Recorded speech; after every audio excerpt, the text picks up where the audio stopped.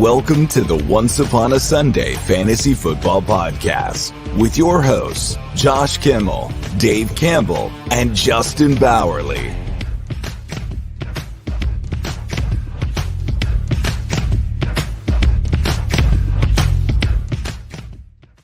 Welcome to Once Upon a Sunday Fantasy Football Podcast. I'm your host, Josh, and we are talking Week 4 starts and sits of the week. If you've made it this far into the season and you haven't just ripped your entire hair out like I have, can't see it on top, but I'm balding because of certain players. Don't worry, we're here for you tonight. We're going to help you make those hard decisions, this player or that player, and we have all the injury news up to date. So before I go any further, let's bring in my co-host, Justin Bowerly. What's going on, Justin? Dude, just going through the injury list is a nightmare right now. There's so many things, but the good news is that if you have a running back that's injured or you have a weak running back room, chances are everybody else does too. So you're not really missing out on much. Oh, man. I was looking around trading. I have 20 million leagues. I was just looking through trades to see whatever. I went to some guy's team. I'm like, okay, I need a running back. So let me just go down the list. This dude was starting Carson Steele in Justice Hill. Like, okay, I don't feel as bad anymore with my running back room because it's happening to almost everybody. But before we go any further, I just want to let everyone know, thank you for tuning in. This is our Wednesday night show, 7:30 Eastern PM. If you want us to change to noon, let us know because we get a lot more viewers at noon. I know you probably don't want to be watching this show during the nighttime, so please give us some feedback in the comments. Be the voices to get us to go to noon because we're here for you. And in the end of the day, we're here for you. We want it to be best for you and your schedule, right? Man of the people. Yeah. What other podcast schedules their show around the people? That's what we do differently over here. Make sure you follow us on the Finstock Sports Network, OUSFFpod.com, on YouTube, OUSFFpod. We're at 241 subs. We were just at 235 the other day, literally yesterday. Thank you for everyone who tuned in, who subbed. Hit that alert button and make sure you join the comment section below. We'll answer every question that we have. So, without further ado, I've been talking way too much. Let's get to the news. Yeah, Jordan Ford already started. Jordan Ford, baby, let's go. Jerome Ford missed practice today with his knee injury. He could miss week 4. Which if you're keeping up with my rosters, I have Jerome Ford and DeAndre Swift everywhere at the start of the season. So this is just great for me. It's great. Trey McBride is still in concussion protocol. We talked about this yesterday. Hopefully he's back. He's one of the only tight ends scoring this year. Jamar Chase is dealing with a shoulder injury after his 2-touchdown game in Washington on Monday Night Football. Austin Eckler is out for week 4 officially with his concussion. Alvin Kamara was not at practice today. I could not find what he injured, but he was not at practice today. AJ Brown is dealing with this hamstring. Devonta Smith is dealing with this concussion still. They both did not practice today, so we'll see what happens there. But Jonathan Brooks is on track to return after week 4, so that's good. And Chubb apparently is also on track to return after week 4 as well. So it's 2 running backs coming back. Good, because we need it, man. We need, especially Brooks. Brooks is a rookie that we want to get going. Seriously, what's so funny? What is so funny, Justin? No, we do need we need running backs back into the market like this. I have Chubb in a lot of leagues that I also have Jerome Ford, so I really need him to come back and be the old Chubb. Yeah, I was doing rankings today, the weekly rankings over there for week 4, and I'm thinking, this is sad that I'm moving Bucky Irvin so high, but he's getting opportunities, and I'm sitting there going, you know what's funny? Oh my god, this is not a victory lap, but leagues around the Josh Kimmel universe, every single day from week 1 to week 4, I'm seeing this man drop off of rosters. It's a beautiful sight. Gus Edwards has been dropped. All those, ooh, and good pick. Oh, good picks, right? Round 10, round 11. All you people who said, oh, good pick. What's going on now, man? I'm not victory lapping because I love Gus Edwards. I think he's a great football player. I'm just glad to see people are listening to us and they're finally dropping Gus Edwards. Finally. That's just no running back news. I mean, I'd rather start Jordan. Who's that guy you said? Jordan Jordan Ford? I'd Jordan rather go Ford. find Jordan Ford and start him because he sounds like a cooler player. It's been so bad. Like it's bad right now. I'm starting Kareem Hunt this week, so Ooh, I wonder if he's going to play. I guess we'll find out Friday when we're back at noon. activated. He got activated Yeah. last night, so or this We'll have more morning. news on that Friday, so Yeah. we'll get there. Let's get right into the starts and sits of the week. Let's not waste anyone's time. And guys, if you have questions in the chat, make sure you understand we will get to them after we get to our points, okay? Just be patient with us. Let's get to it. Yes.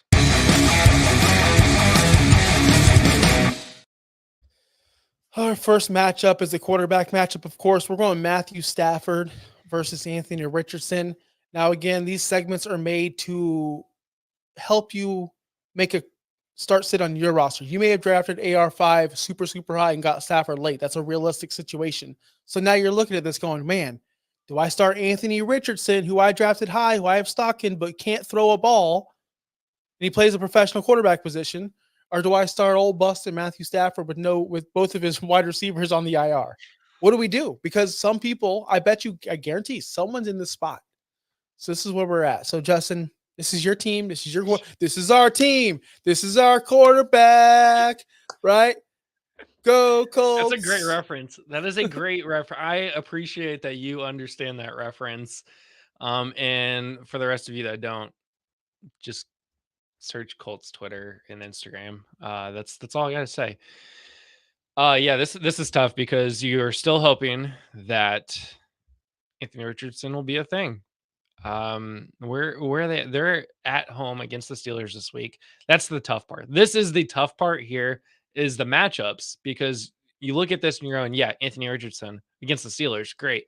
But then if you think about the last 3 weeks and what the Steelers defenses have done, this is the lowest scoring. Like the Steelers don't let people score.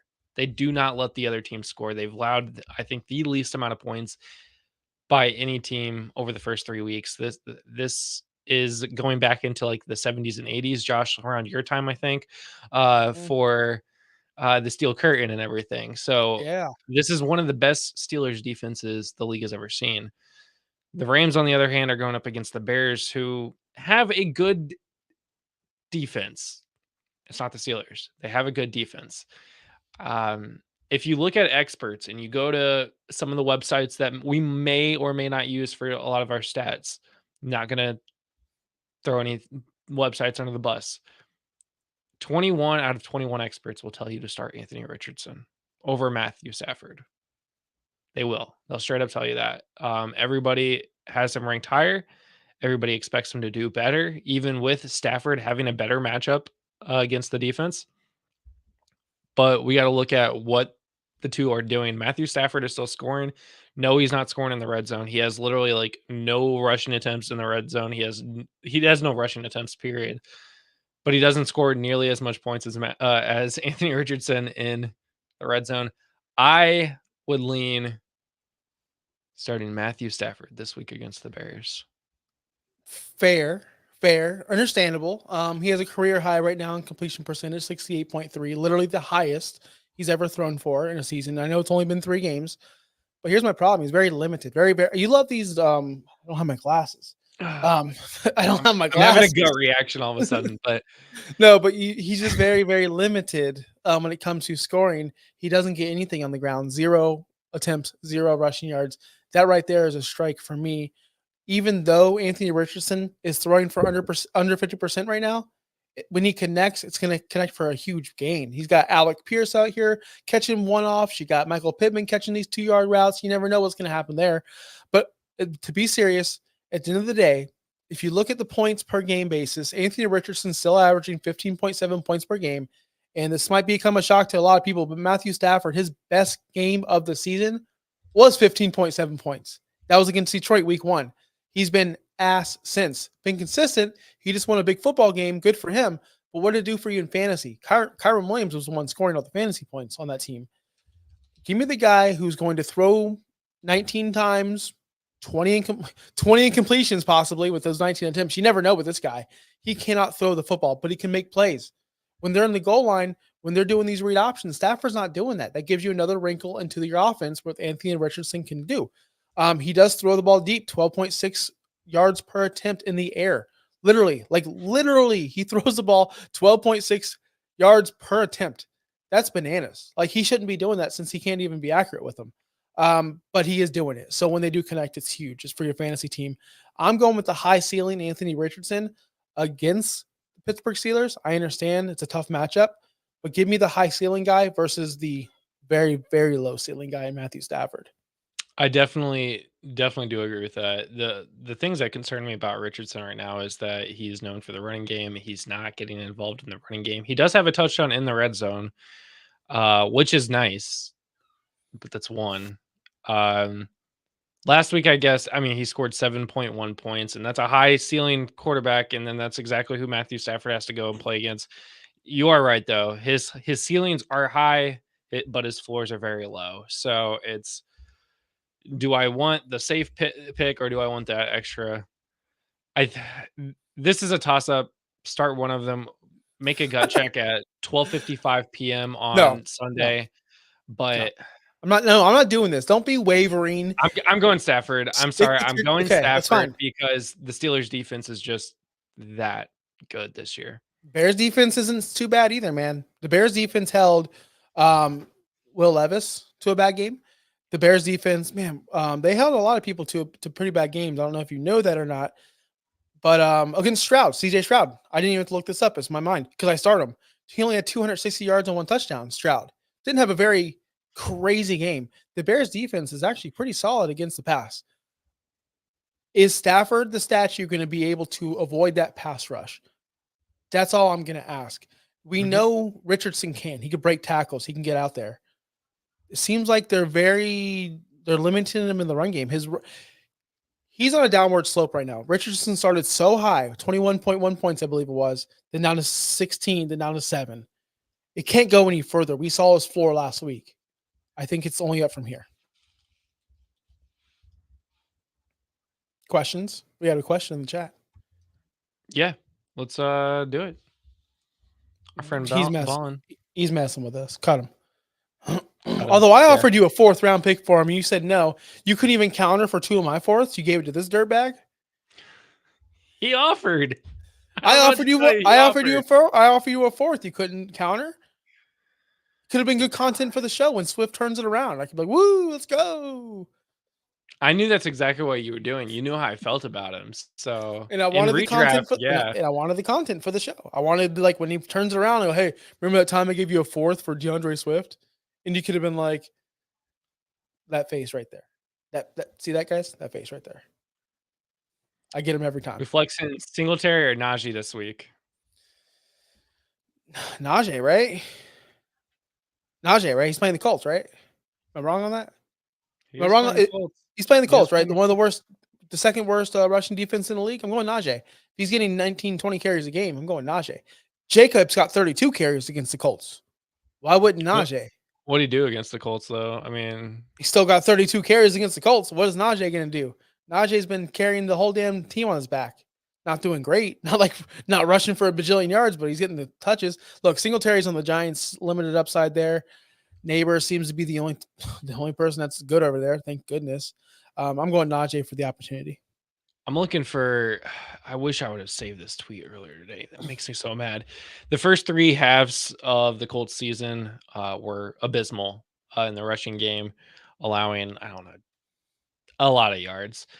Whereas the last per half, it was like 200 yards per half, it felt like. Whereas the last 3 halves of football, so starting the second half of week 2, they've only allowed 30 rushing yards per half. Your Colts are really gonna flex on stopping DeAndre Swift. That's what we do, baby. Let's go. Hey, it's an improvement though, so it's not like it's week 1 and week 2, first half of week 2. So, but yeah, start Najee. Yeah. At the end of the day, start Najee. I don't even is Singletary doing anything. No, Singletary's fine. Somebody's gonna comment about me not knowing my notes, but yeah, I know. Singletary's just fine. So they've been getting you a lot lately. Come prepared, son. Come prepared. No, they get me too. Don't worry. Hey, what's up, guys? 0-3. Oh, and 3. Oh my God, 0-3. 0-3, 3 wide receiver league. Stroud, Wilson, Adams, Aiyuk, Gibbs, Brian Robinson, And then tight end Bowers or McBride. Flex would be JSN. I would go Bowers because McBride might not play. He's in concussion protocol. Jonathan, I feel your pain, man. You listed like everyone that I roster, and I'm also 0-3. Man, it's going to turn around. We're too good. We prepared too much. Stroud, Garrett Wilson, Adams, Aiyuk, Aiyuk's whatever. But Gibbs, Brian, you prepared. You were ready. It's going to turn around. These players are not bad. Don't worry. Don't. I'm not struggling. I'm not worried about 0-3 with these players. I don't think you should be either. But yeah, I would definitely go Bowers, and then I would flex. I would keep Aiyuk in 1 week. Or JSN is your flex. Okay. We might be talking about Aiyuk tonight. Keep listening. We might be talking about Aiyuk tonight. In an injury update, Jordan Love has a real shot at play in week 4. I make that comment because he also has Jordan Love on the bench. So sad. I want one more start from Malik Willis. That's it. Just one more. But it's against the Vikings. It's been fun though. But it's been gotta fun. Be the Jordan Love show. I know, but it's been so much fun seeing Malik Willis do well. Honestly, it's been so much fun. It has been nice to actually see him playing well. So, should we go to the next one? Yeah, let's go. We got Chuba Hubbard versus Zack Moss. This is the ultimate mid-off if I've ever seen a mid-off in my entire life. This whole episode, by the way, is full of the most mid players ever. And because these are all your value picks that you're like, God, do I start this guy this week? Like, I understand. I understand what the segment is. You don't have to explain it to me. But so for everybody that's watching this clip, again, this is a reminder. This might be a realistic start sit option in your lineup this week because you might have waited way too long to pick up a running back. So you don't want to talk Breece Hall versus Bijan Robinson. You don't want to do that. Starting both. You're starting both. Got it. Okay, understood. Even in one running back leagues, you're starting one at flex. Understood. Okay. So anyway, Chuba Hubbard, he's going against Cincinnati this week. We saw Brian Robinson and Eckler actually be very, very effective against Cincinnati before Eckler got hurt. They were very, very effective against Cincinnati. That was really, really good. Actually, a lot of people were effective against Cincinnati this year. J.K. Dobbins had his breakout week 1, 10 carries, 135 yards. Derrick Henry also had 18 carries, 84. It wasn't as good as Dobbins, but here we go. And then, wait, hold on. These are all wrong facts. These are all wrong facts. Cut that out. I'm reading the wrong lines. You're talking about Chuba, the Panthers defense? Chuba. I was about to say, wait, they didn't play. No, they didn't play. J.K. Dobbins. They played Ramondre Stevenson, who went off. Hold on, I'm reading my notes against Chuba Hubbard, by the way, because I'm not going with Chuba. By the way, I'm not.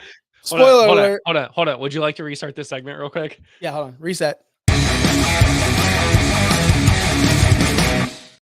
Chuba Hubbard's going against Cincinnati this week. It's against Zack Moss against, of course, the Carolina Panthers. They're going head-to-head. And for you guys watching live, that was called in Hollywood cut. Oh, boy. What a night. Chuba Hubbard had a very, very good game this week. Right, last week. People were like riding high on him. I dropped him after week 1. I'm an idiot. I get it. And it happens.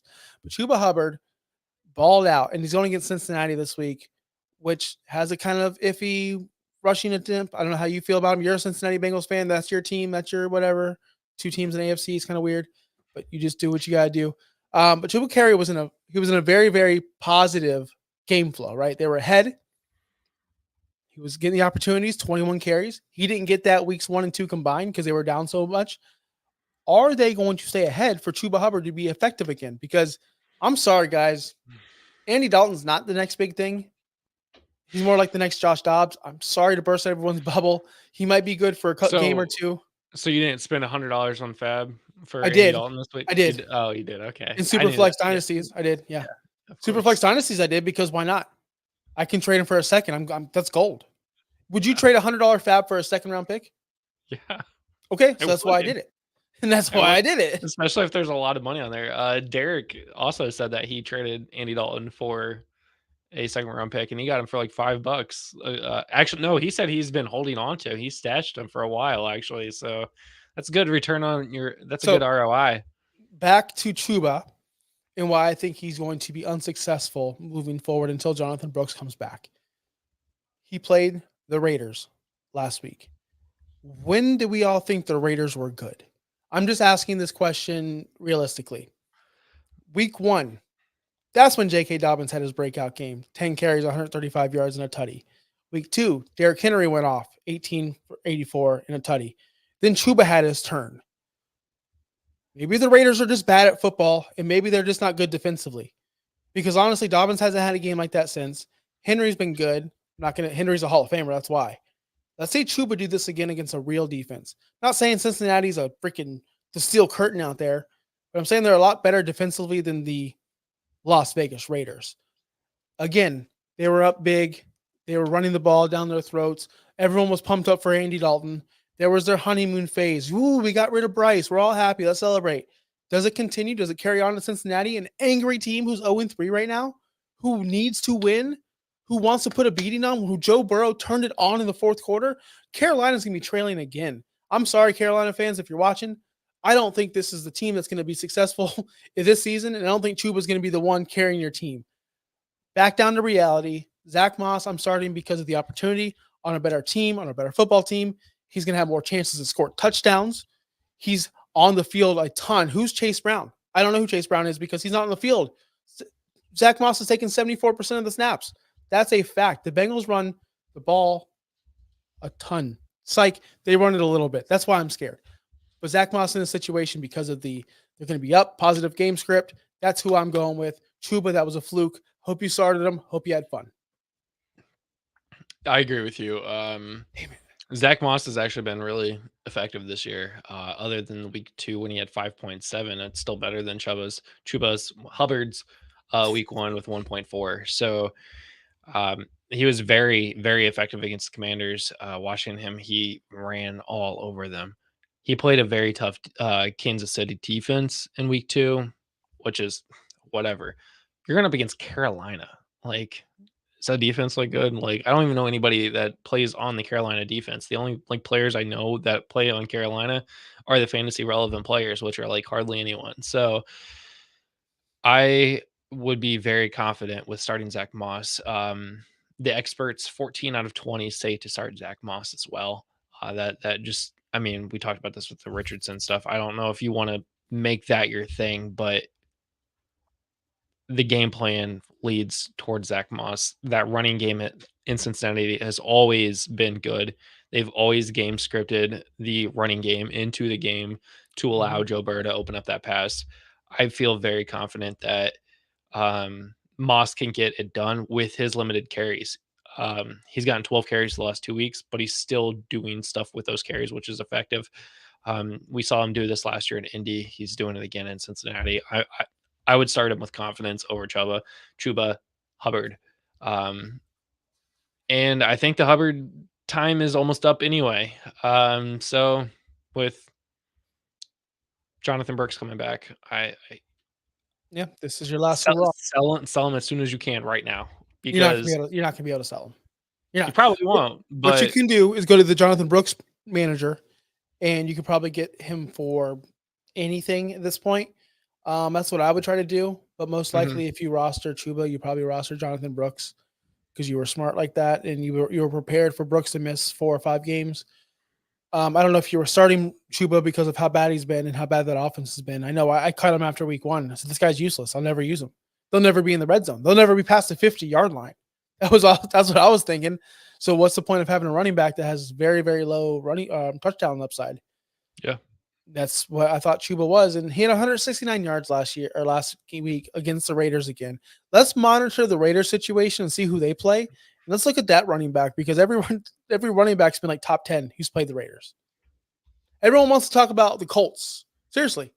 Everyone wants to talk about the Colts. And but we're not talking about the Raiders. So we're not talking about the Raiders. We're not. Who do they play this week? They play Cowboys, the Browns. They play the Browns this week. Who does? The Raiders. All right, Jerome Ford, baby. Lock him up. If he's playing.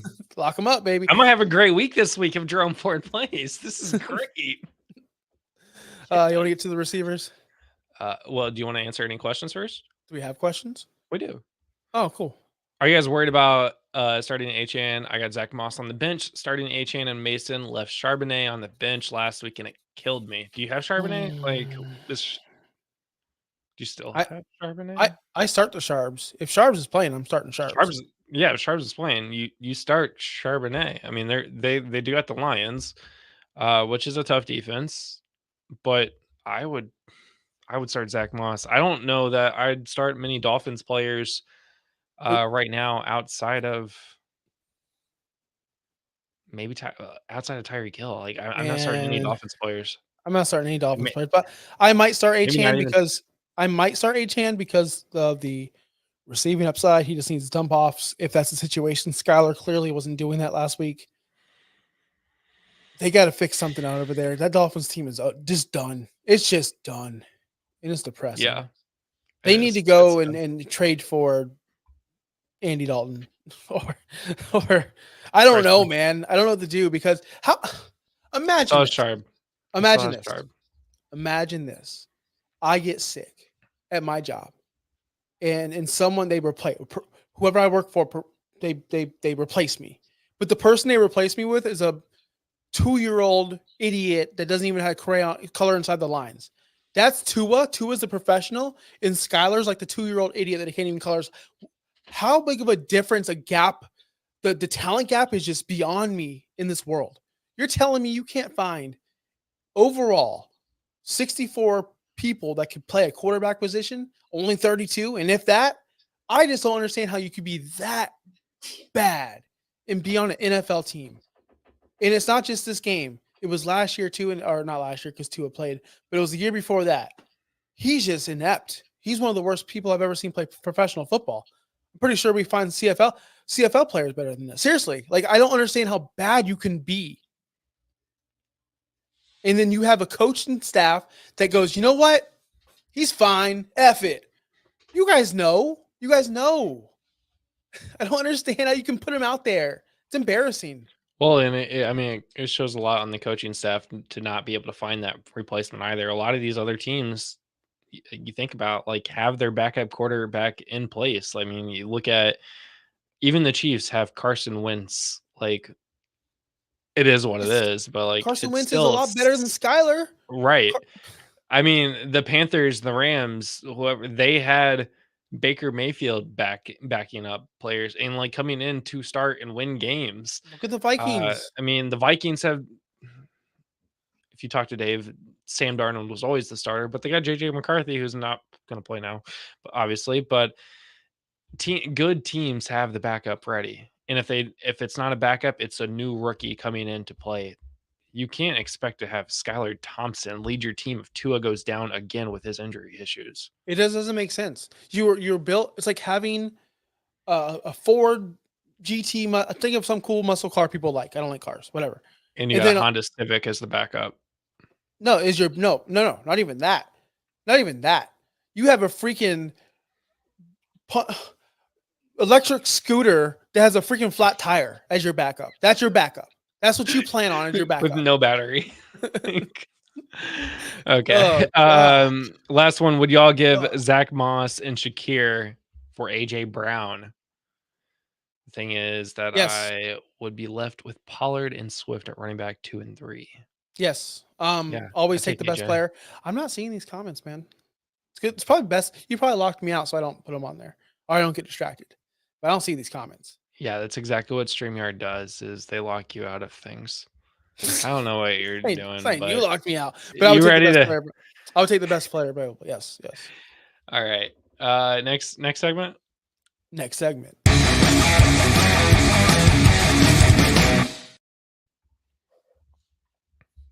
Oh, we got Zay Flowers and Brandon Aiyuk. Sorry, I was just surprised that these are the players.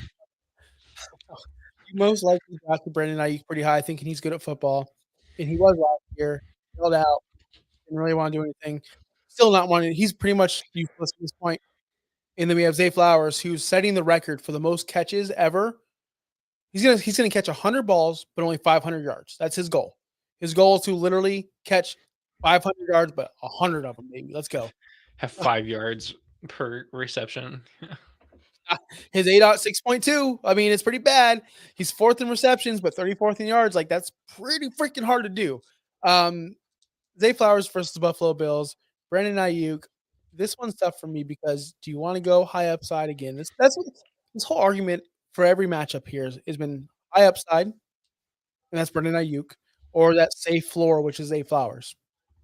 I'm gonna let you lead off because I've been talking too much and I need a drink. So week 3 was tough for Zay Flowers against Dallas. He only scored 5.3, whereas the weeks before that he was scoring 22 and 11. He was getting double-digit points, and he saw significantly less targets last week in comparison to his double-digit targets. So obviously here is if he doesn't get his targets, he doesn't get his points. That's the correlation. Whereas Brandon Aiyuk literally flipped the script. He only got 1 extra point, almost 2 extra points from week 2 to week 3, but he doubled his target count from 5 to 5 to now 10. Brandon Aiyuk is getting back into football shape from missing pretty much the entire offseason with the 49ers. I would assume he's going to get back into playing again. It's not going to be only Juwan Jennings playing on the football team like we talked about yesterday. I would expect Brandon Aiyuk to have a breakout game today or this week. Going up against who are they going up against? The Patriots. Yeah, I would expect Brandon Aiyuk to have a big game this weekend. Zay Flowers got to play the Bills, and the Bills hold people down. So do the Patriots, man. I mean, they held Garrett Wilson to under 60 yards receiving just a week ago. Patriots aren't as bad as we think they are. Yes, they gave up 129 yards to DK Metcalf off the top of my head because I was celebrating that. But the week before, the Patriots shut down Jamar Chase.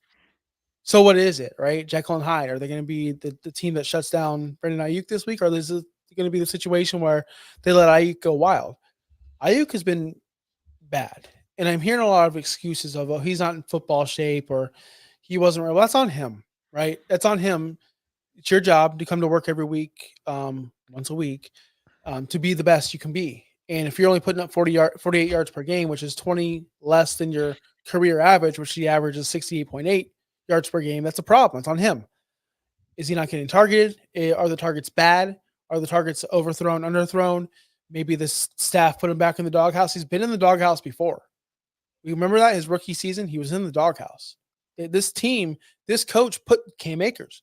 They're very, very quick to just give up on a player, but they just paid him, didn't they? So why would what they did? They gave up on Cam Akers many times. Who my God, I'm thinking about the Rams. Holy shit, guys, I am so out of it today. We need to restart this segment. No, I'm just taking this one because I'm tired.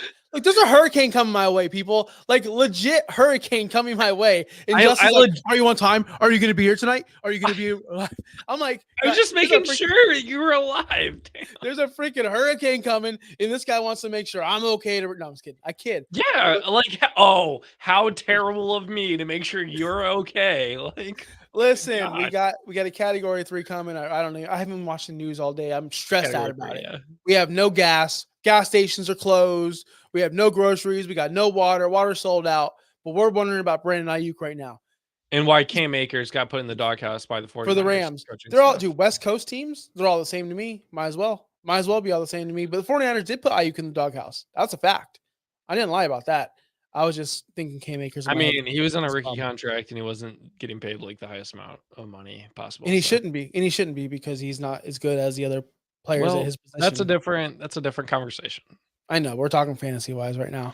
If Kittle's out like he was last week, Debo's out like he was last week, there's no excuse for Brandon Aiyuk not to score 165 yards, a touchdown, but he didn't. It was Juwan Jennings. That's a problem to me. That's a red flag.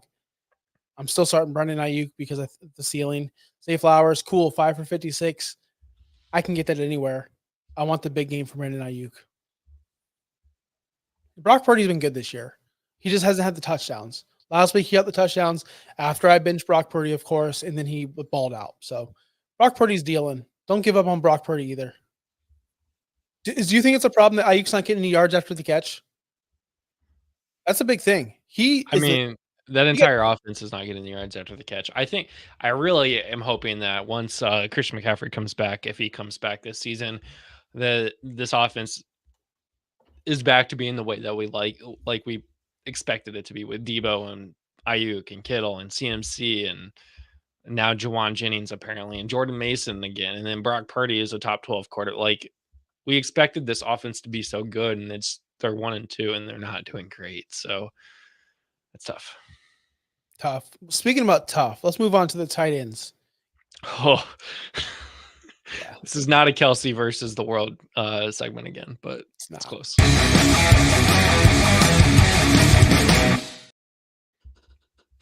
Same team. Mark Andrews, Isaiah Likely. Mark Andrews gave you a big fat 0 last week. You started, and Isaiah Likely gave you a big fat nothing as well. If you started, Almost 0. Yeah. So this is difficult because it's who do you like more, and who do you think gives you better, obviously upside. And to me, it's Isaiah Likely, even though he's not doing spit since week 1. Like he hasn't done anything.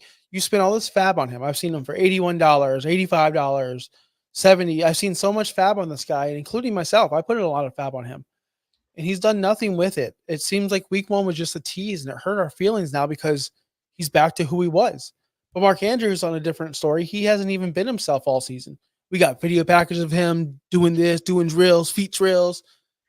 He's just not the same player, and it's okay because he is getting older and he's coming off a major injury. So if you ask me gun to head or decisions, or you need to make a decision in 30 seconds, I'm going Isaiah Likely because he's just a better athlete. At the end of the day, Mark Andrews isn't even getting the red zone targets like he used to. That's going to Zay Flowers. Have you noticed that? Zay Flowers is leading that team in red zone targets. Nobody else. Mark Andrews is not the same player, and he don't think he ever will be, and that's unfortunate. I'm ready to move on from Mark Andrews. If I could trade him for anything, I'm doing it because I don't think Mark Andrews adds anything to your fantasy football team the rest of the season. And this might sound dramatic and it might sound overdone, but I'd rather get out now and be wrong later than stay and be wrong, or be wrong as well and you're losing. Because I can adjust. If I get rid of Mark Andrews now, I can adjust and stream and find that next Trey McBride or Tyler Higbee when he broke off. I'm not going to do that if I keep on hanging out with Mark Andrews. I'm just going to go, he's going to put it together. He's going to put it together. And weeks go by and it just fails. I just sold off Zamir White in a similar situation for a 3rd round pick in a dynasty because I'm not waiting around anymore. It's time for me to move on. And if I'm wrong, I'm wrong. That's fine. I can adjust. It's early on. I just want to get out of that situation. And Mark Andrews, I'm out, man. I'm sticking with the better athletes, and that's Isaiah Likely. Okay. You have nothing? You have nothing. After that whole passionate speech, you got nothing. What I think you're gonna think I'm gonna say Likely here. However, I'm probably not gonna say Likely today. I shockingly am actually gonna pick Mark Andrews this week. Both had 1 target last week.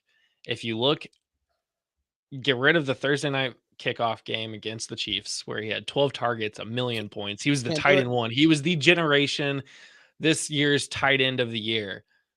He's had 4 targets, and he's had 0 red zone targets. Both of them have had 0 red zone targets since week 1, actually. Likely's kind of getting phased out of his own offense that we all thought he was going to be back into. Like he went from 26 points to 1.4 in the matter of 2 weeks. Yes, Mark Andrews put up a goose egg last week. He still got a target. He didn't play as many routes. I'm assuming something is not fully there yet. But I'm gonna go with Mark Andrews this week. I don't think Likely is as big of a target again anymore. Like, I don't know. There's no stats. There's nothing about me knowing what the injury is. I just gut reaction. I'm going with Mark Andrews this week. Likely has not done anything since the Chiefs. Okay. Call it a fluke if you want. But right now, currently, Isaiah Likely's week 1 was a fluke and a flash in the pan. I have a rebuttal to that, and I really do. And I'm not going to argue. I'm just going to have a rebuttal. Do you think Mark Andrews can do the things Likely did in week 1? Today? No. But we're not seeing 26 points from anybody else. We're not.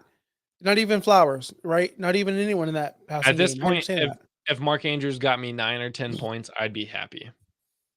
Exactly. But that's from any tight end in the league. And I don't want that from a tight end I draft in the top 6 round. Me neither. That's why I'm ready to live. That's why I'm ready to live in. So I'm trying to find people like you.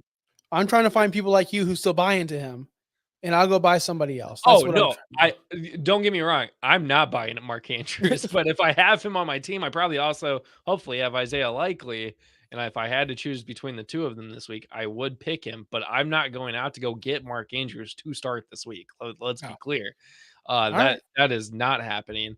And I just literally forgot what stat I was even looking for at this point. So something about points. Oh yeah, I was looking at tight ends and what their average points per game are. We have 7 tight ends that have more than 10 points per game. And one of those is Jake Ferguson, who missed time. So, and one of them is probably Goddard, who had 160 points last week. Yes, one was Goddard. So right now, our consistent tight ends who have played 3 games are can't even count George Kittle because he's played 2. Goddard, Bowers, Kmet, who had like a 40-point game, a 30-something point game. McBride, Isaiah Likely because of his 29-point game. And Jake Ferguson. Tight ends this year have been a show. Suck. So, like, I'm fine if I get 9 points out of Mark Andrews. And I'm fine getting the 0 out of Likely if that's a possibility of getting 20, where I don't think I can get 20 from Andrews anymore in 2024. So I'm totally fine. I'd rather take the 0 or the 4, whatever it is, with Likely to reach for that huge 20-point game, which that's what you want from your tight end. If you get anywhere between 15 points from your tight end this year, you're good. You're gold, right? If your tight end scores, you're good. Look at all these guys we drafted early. Dalton Kincaid, Sam Laporta. I hope this is a lesson to all of you people, including myself. Seriously. We got to go back to the old days where we take it's either one tight end or you just wait till the end. That's how it used to be. We got spoiled with the Laportas and everyone breaking out last year and McBrides. And now it's the reality check. These are the tight ends. This has always been the tight end position. Nothing's changed. There was one outlier a year, maybe 2. That's it. This is the norm, and we're pretending like it's not. Yeah. So that was the show. Hope I got a hurricane coming, Category 5. No worries. I'm here for you guys, man of the people. Sorry if I messed up a couple things tonight. I'm in panic mode. Justin, I have no gas. There's no gas. Go to the Citgo. Nothing. Does that happen in Indianapolis? Does that happen up there? No, we got gas everywhere, man. Yeah, we got no gas. People are getting it for the charcoal grill or whatever they're doing with the gas these days. But we are going to be back Friday if I don't lose power and if I still have a house. We'll be talking about the studs and duds, so make sure you join in. We'll be here at noon. Bring in your questions, by the way. We answer a ton of questions on Friday, especially these noon shows. So we'll be here for you then. Make sure you follow us everywhere. OUSFF Pod, Facebook, Instagram, X, YouTube, Twitch, TikToks. Join our Discord. Link is in the description down below. Make sure you hit up Justin on X. He's answering. He's popular. Every time I go on X, Justin's got like 40 likes, 50. Dude, Mr. Popularity over there. But until then, we'll see you guys Friday. Peace out. Thanks for listening. Be sure to like and subscribe wherever you watch or listen to podcasts. Follow on X and Instagram at OUSFFPOD. We'll be back next week for more ways to win your league.